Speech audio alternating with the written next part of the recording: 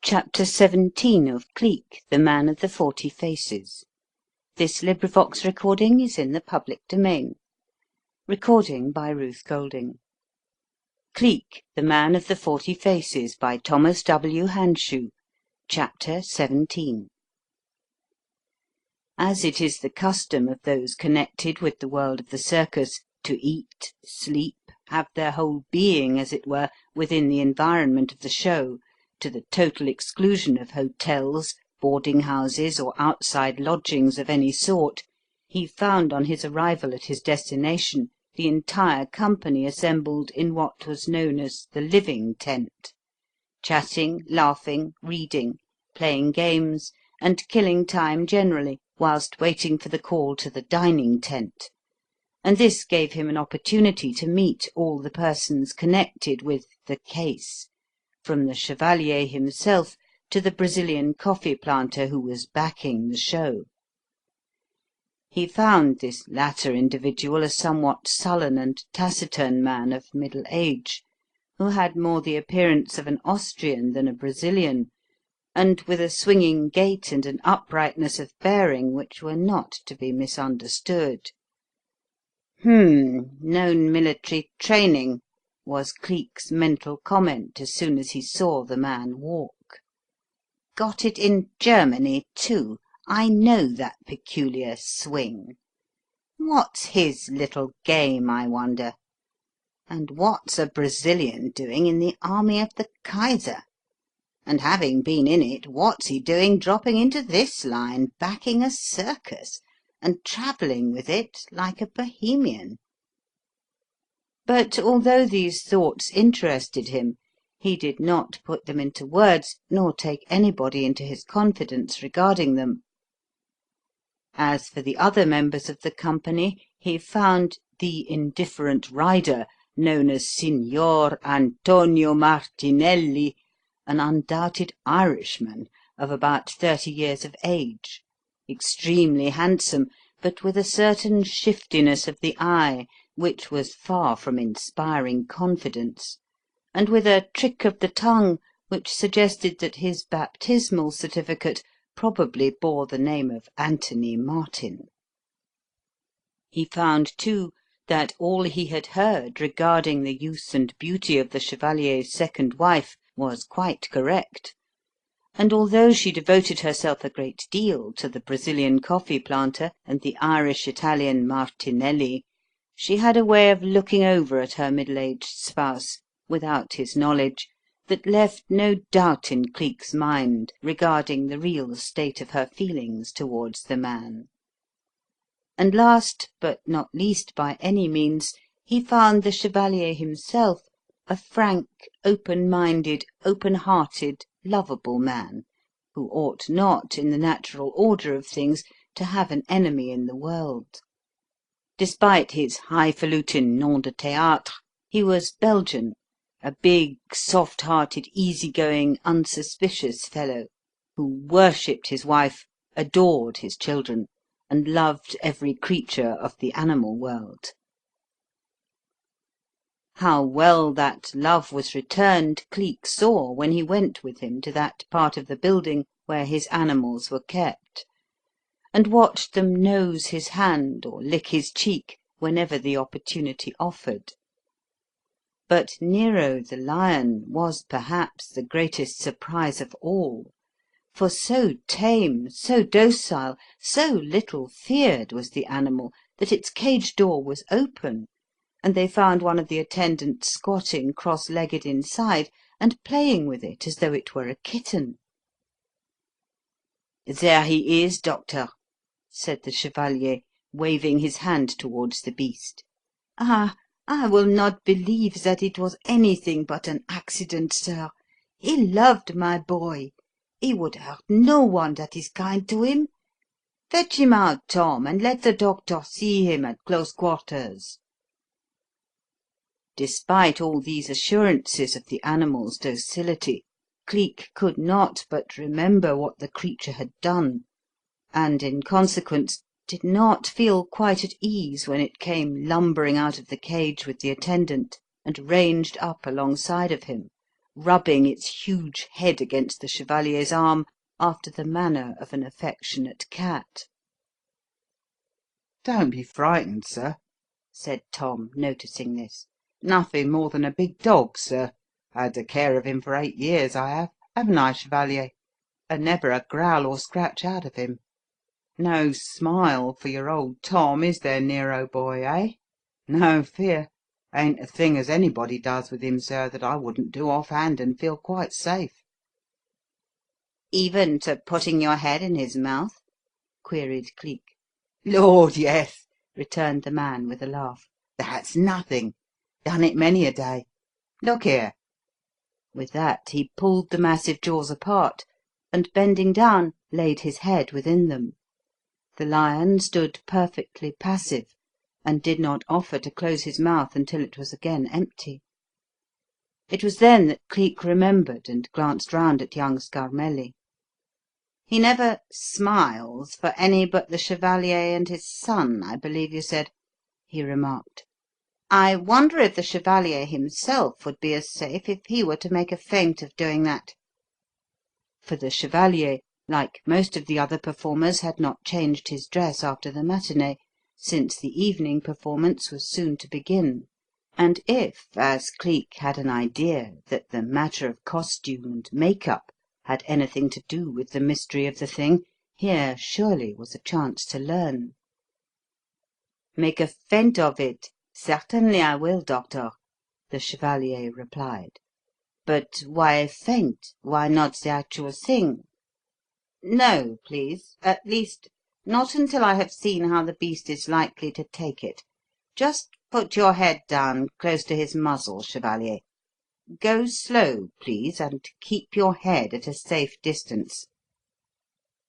The chevalier obeyed. Bringing his head down until it was on a level with the animal's own, he opened the ponderous jaws. The beast was as passive as before, and, finding no trace of the coming of the mysterious and dreaded "smile," he laid his face between the double row of gleaming teeth, held it there a moment, and then withdrew it uninjured. Cleek took his chin between his thumb and forefinger and pinched it hard. What he had just witnessed would seem to refute the idea of either costume or make-up having any bearing upon the case. "Did you do that to-day at the matinee performance, chevalier?" he hazarded, after a moment's thoughtfulness. "Oh, yes," he replied. "It was not my plan to do so, however. I alter my performance constantly to give variety. To-day I had arranged for my little son to do the trick, but somehow I am a foolish man, monsieur. I have odd fancies, odd whims, sometimes odd fears, since that awful night. Something came over me at the last moment. Just as my boy came into the cage to perform the trick, I changed my mind. I would not let him do it. I thrust him aside and did the trick myself." "Oho!" said Cleek. "Will the boy do it to-night, then, chevalier?" "Perhaps," he made reply. "He is still dressed for it. Look, here he comes now, monsieur, and my wife, and some of our good friends with him. Ah, they are so interested, they are anxious to hear what report you make upon Nero's condition." Cleek glanced round. Several members of the company were advancing towards them from the living tent. In the lead was the boy, a little fellow of about 12 years of age, fancifully dressed in tights and tunic.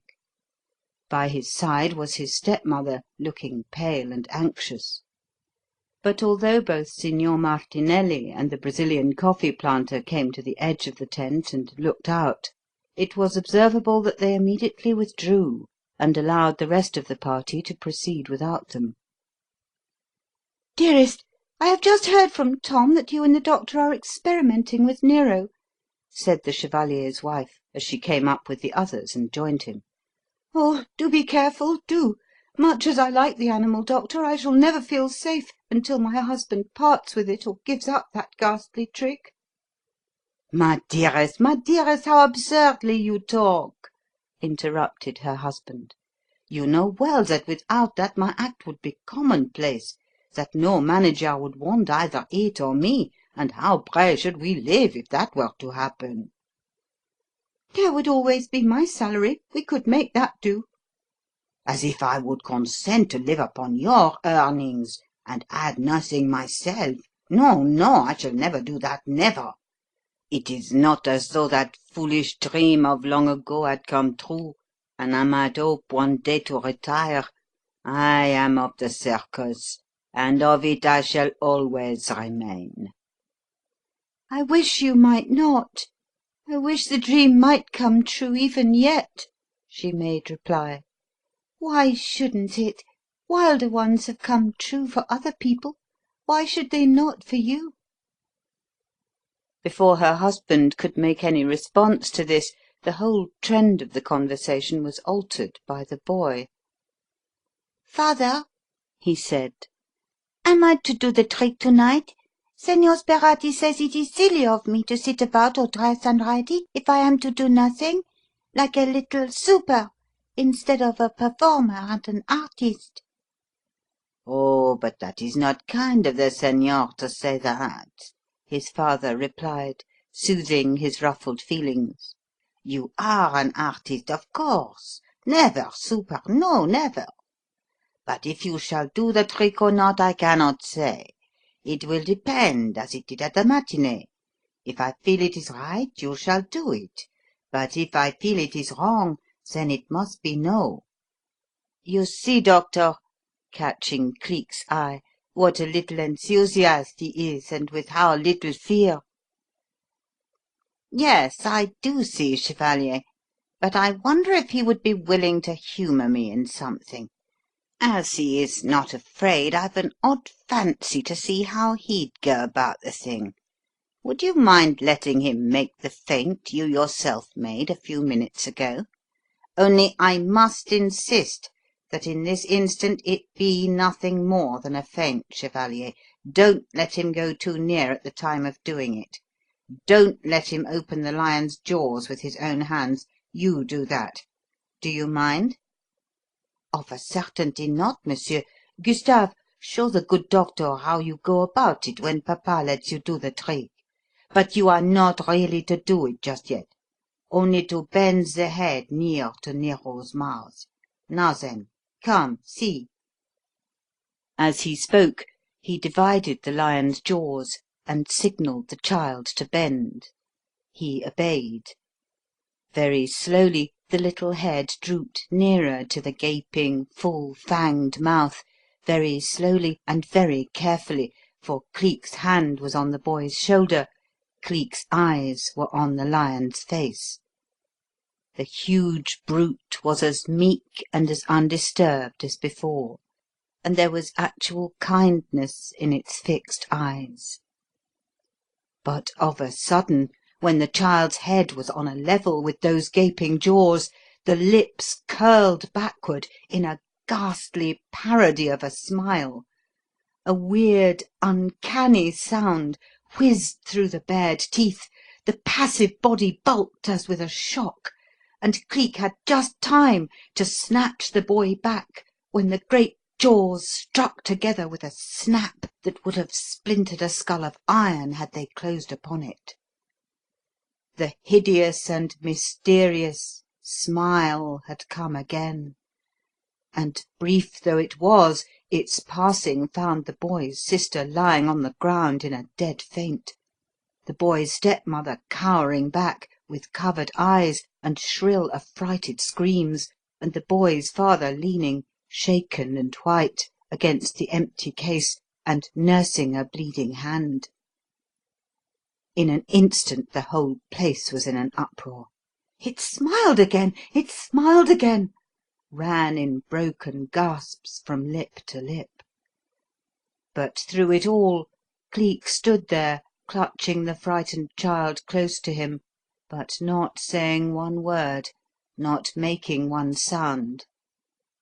Across the dark arena came a rush of running footsteps, and presently Senor Sperati came panting up, breathless and pale with excitement.